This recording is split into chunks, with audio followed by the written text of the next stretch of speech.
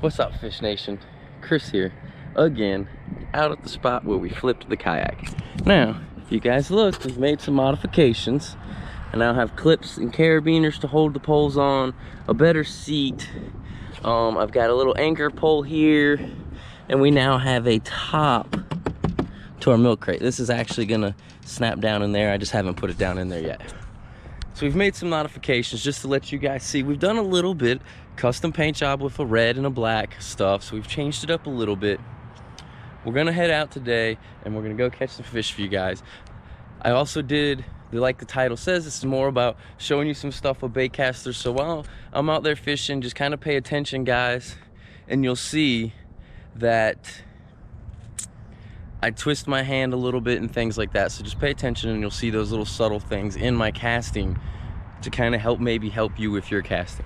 And then here in the middle of the video, we'll switch over and I'll give you the other pointers. I just didn't want it to be pure talking about a bait caster and actually have some fish catching in here for you guys.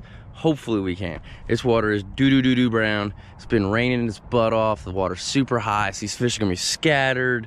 All kinds of good stuff, but I'm hoping I can pull one off. I can pull some out and rip some lips for you guys. So let's get back at it.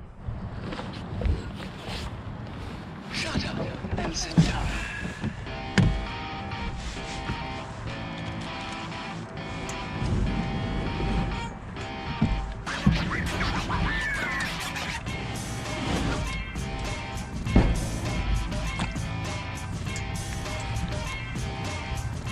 All right, guys. We're heading back out.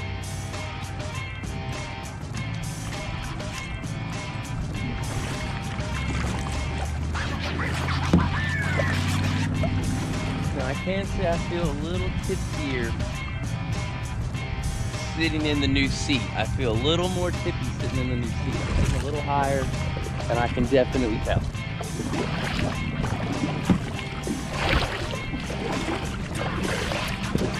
No, it's a little windy again, guys, so the audio is gonna obviously suffer for it. If anybody knows any tips for making a GoPro 7 audio better in the wind, please let me know in the comments. I feel like you guys are a little... No,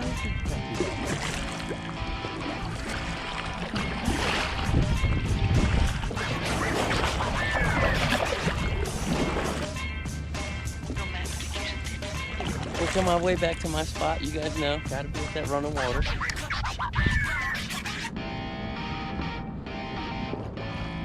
we'll just work our way back there and I'll make some casts.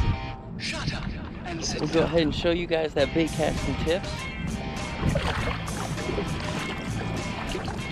And if I catch anything, then we'll go ahead and show you what to catch. But until then, I'll either see you guys on the other side or you guys watch those tips. What's up, Fish Nation? So as you can tell from the title, we are tuning our baitcasters today. So these are the two new baitcasters that I got, and one of the number one things, sorry about the wind, guys, it is a little windy out here today. One of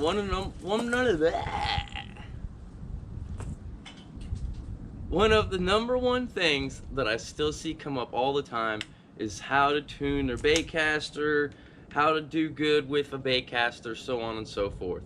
So I'm gonna go over the things and the fact that you have your magnetic weights here. You'll always have one of those. Then you'll have this guy right here, which is your other control. And then you have for your fall rate, casting, so on and so forth. And then you have this one right here, which is your drag. So I already have my drag set to where I really can't pull it through. I like pretty tight drag. I have pretty heavy line, so it's never usually a big issue. The next thing you're gonna wanna do, and I'm gonna back up here a little bit so you guys can see, is when you push the button, and now I've got it all pulled in tight. Another thing you're gonna wanna do is when you push the button, you're gonna wanna just have it fall right there. Now that's a pretty fast fall. So if you're new to a baitcaster, you're not gonna want it falling that fast there. You're gonna wanna crank your knob down a little tighter. Pretty sure that's the right way. That's the wrong way. And see how I've now slowed that fall? It's still falling pretty fast, but it's not falling as fast. So if you're new to baitcasters, you're gonna want to slow that down. The other thing you're going to want to do is you're going to want to crank that knob all the way up. That magnetic weight you're going to want to crank all the way up. Me, I tend to go 3/4 of the way, but then I have a pretty fast, a little bit faster of a fall tends to be how I do it. This is also a somewhat heavy jig, and a heavier jig is going to be a little bit easier to do, cast and so on and so forth, than a just straight Texas rig soft plastic on an 1/8 ounce weight. Another thing when you're casting is you're going to want to make sure that you always kind of leave it in any kind of just sideward leave like angle. Just leave that handle just a slightly sideways. Now, as you guys know, gotta have them left hand reels. That's just how I work. I'm not gonna change hands or anything like that. And me personally, I feel that's another issue that comes up for a lot of people when trying to use a baitcaster, is they're trying to, in the middle of their cast, change everything. Now, how my brother does it is he does his whole cast, hits the water, he's got it thumb stopped, clicks it, and then he switches over. Then he switches over to his other hand. Excuse me, guys. That is all personal preference. But if you're in your cast, make sure that you always finish with any kind of just sidewards. Leave that handle sideways. It won't backlash as much. That's one of the #1 tips I can give anybody. That isn't even a beginner thing. That is a always thing. So having said that stuff, we're going to take the kayak out, guys. I haven't been back out on the kayak since the flip. It was scary. I could have died that day, but kayak fishing is kind of like a cowboy and his horse, man. You fall off, you got to get right back on that thing.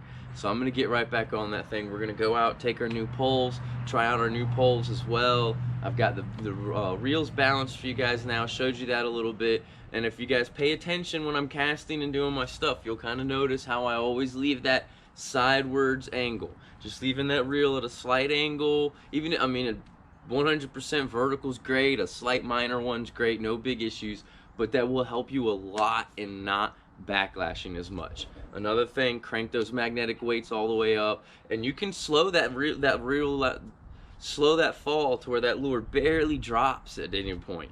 If you're real having a lot of issues with backlash and real bad at it, just slow it down more. You won't be able to cast as far, but you'll be able to start to learn the techniques of, you're not swinging a bat, you're working a rod and a reel, so you'll start to learn the fluidness of your casting and things like that, which when you're working a baitcaster, they are not forgiving. If you mess up, they're gonna let you know. They're gonna let you know. They're gonna backlash. So this is a long intro. I know I'm actually not gonna put this in the beginning. I'm actually gonna put it in the middle because this is just super long, and I want to still hopefully show you guys some catching of some fish. But I also wanted to show you guys some tips on working that baitcaster. Those are those couple tips for you. Another one, don't fill your reel all the way up. I have it actually pretty full, but I would suggest not filling it up as much. If you do backlash it, you're not losing as much line now. Secondly, they don't backlash as much when you have less line. They're a little bit easier to control. Take those tips to the bank, guys. Try and catch you some more fish. If you're new to baitcasters, hopefully those tips will help you out some. Let's get back on the water and let's catch some fish.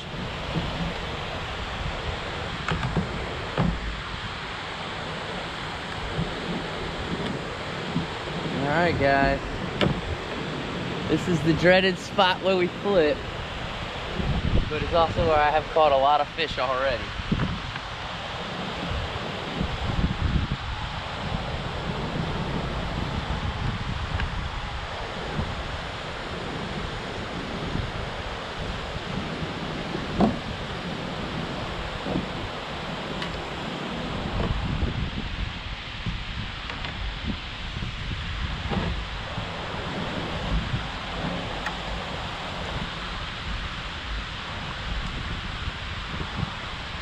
Guys, we are locked in place.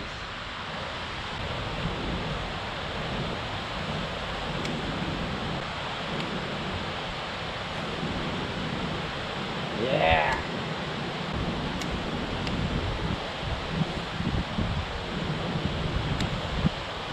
All right, we switched over to the Texas rigged black and blue Bandito. A little smaller profile, got that black and blue color, so it'll definitely be easier for them to see, hopefully. Hopefully.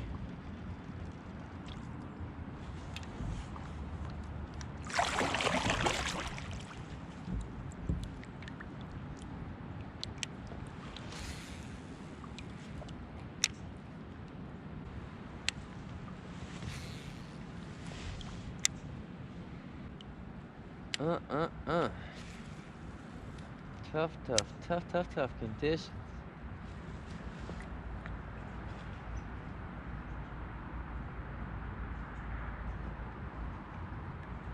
Ooh.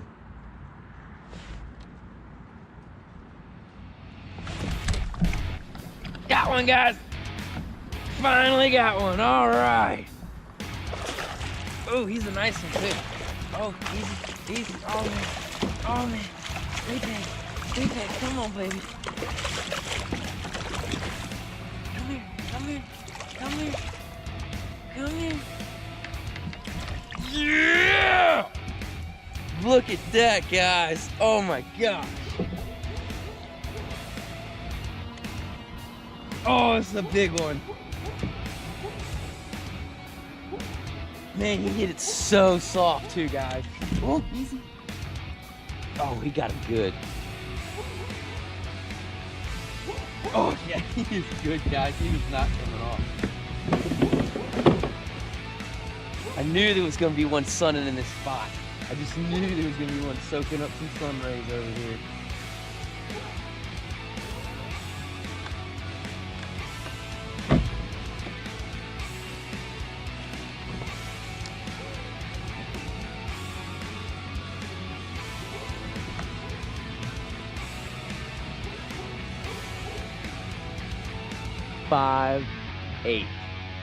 Five, eight, guys. 5'8", 5 pounds, 8 ounces.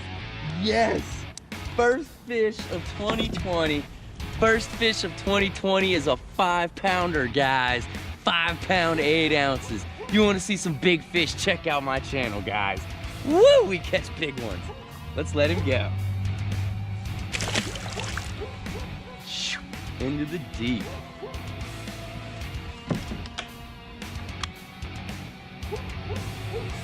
Okay guys, so we got this guy on here. He's got a trailer hook, some nice bluegill colors to him.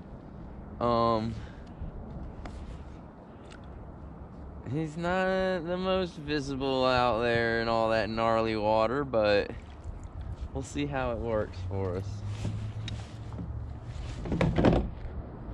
Bandito bug or anything else. He should definitely be able to sense it moving through the water column, at least that much.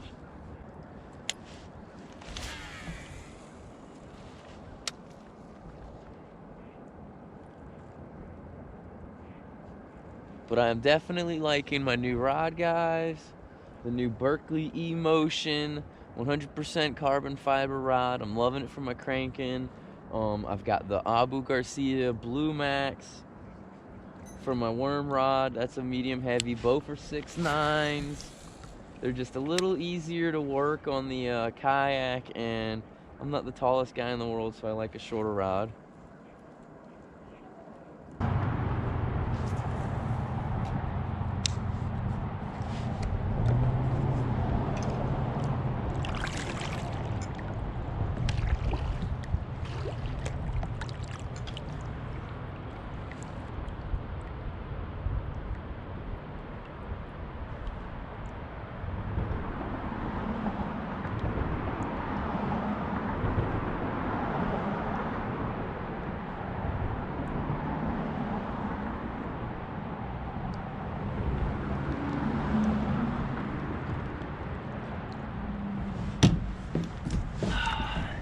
Well, guys, I'm gonna go ahead and leave it here. We only caught that one big old 5-pounder. Great fish. That's winter fishing for you. That's winter fishing for you. You will grind and catch one big one or nothing or a couple little ones. But I mean, I'm not gonna sit here and say that, oh, it's predictable how it's gonna happen, because that's not true. Don't let anybody tell you that. But your chances of catching that 5-pounder are much higher when you're fishing in the winter. And that's what we did, man. We pulled out the 5-pounder, so we're super excited about that. And at the end of the day, this was really only just to show you guys the Baitcaster. I showed you guys those tips in the middle there. And then I kind of was like, just watch what I'm doing, because I know from that angle you guys can see my hand, see what I'm doing, and really just kind of pay attention to how I was casting, which I'm sure you guys did that. I know the audio here is horrible for an outro, but this is just where I'm gonna do it. But yeah, we only caught that one. I'm gonna cut it down real short for you guys. It's gonna seem like I was out here for nothing, but I was out here for a good 4 hours grinding, and we caught that one. So remember, guys, life's a story. Go out. Remember, guys, life's a story. Go out and live it. Yeah. Life's a story. Go out and live it. You never know what's gonna happen.